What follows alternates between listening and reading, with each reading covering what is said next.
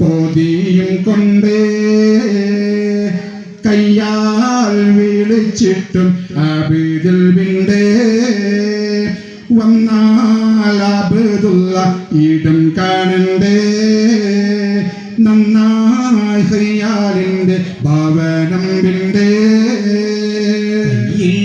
കരുതിയ പൊതിയും കൊണ്ടേ കയ്യാൽ വിളിച്ചിട്ടും അബ്ദിൽ വിണ്ടേ വന്നാൽ അബ്ദുള്ള ഇടം കാണണ്ടേ നന്നായി ഖിയാലിന്റെ ഭവനം വിണ്ടേ.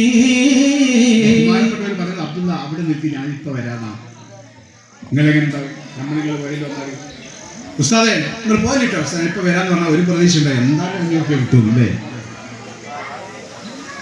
പ്രതീക്ഷ ഉണ്ടാവില്ല എന്താവും ഉസ്താദ് പോലെ അങ്ങനെയാണോ എന്ന് അബ്ദുള്ള ചിന്തിച്ചത് മഹാനപ്രതിനിധി ചിന്തിക്കുക.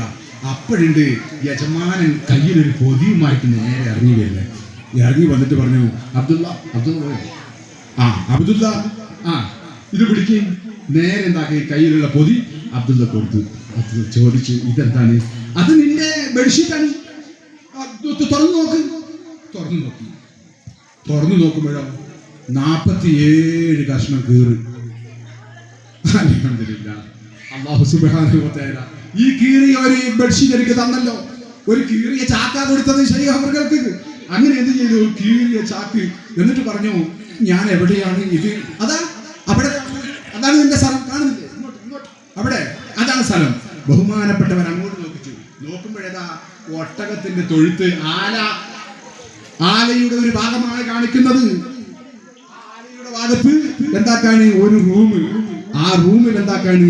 അവിടെയാണ് നിങ്ങളുടെ വാസസ്ഥലം. നിങ്ങൾ അവിടെ കിടന്നോ, പിന്നെ കിടക്കുക, അവരുടെ ജോലി ചെയ്യുക, വിശ്രമം. അബ്ദുള്ള എന്ന് പറയുന്ന ആ ശൈഖ് അവറുകൾ നമ്മുടെ കഥാപുരുഷൻ ലുഖ്മാനുൽ ഹകീം മഹാനവറുകൾ ചെയ്ത് നേരെ പോയി അവിടെ ചെന്നിട്ട് ഇങ്ങനെ ഇരിക്കുകയാണ്. ഇരുന്നിങ്ങനെ ആലോചിച്ചു, റബ്ബേ എനിക്ക് വിരിക്കാൻ ഒരു കഷ്ണമാണെങ്കിൽ പോലും, കീറച്ചാക്കാണെങ്കിൽ പോലും അത് യജമാനായ റബ്ബേ നീ എനിക്ക് തന്നില്ലേ. അൽഹംദുലില്ലാഹ്. എനിക്ക് താമസിക്കാൻ ഒരു തൊഴുത്തിന്റെ ഭാഗമാണെങ്കിൽ പോലും അത് നീ എനിക്ക് തന്നില്ലേ റബ്ബേ. അൽഹംദുലില്ലാഹ്.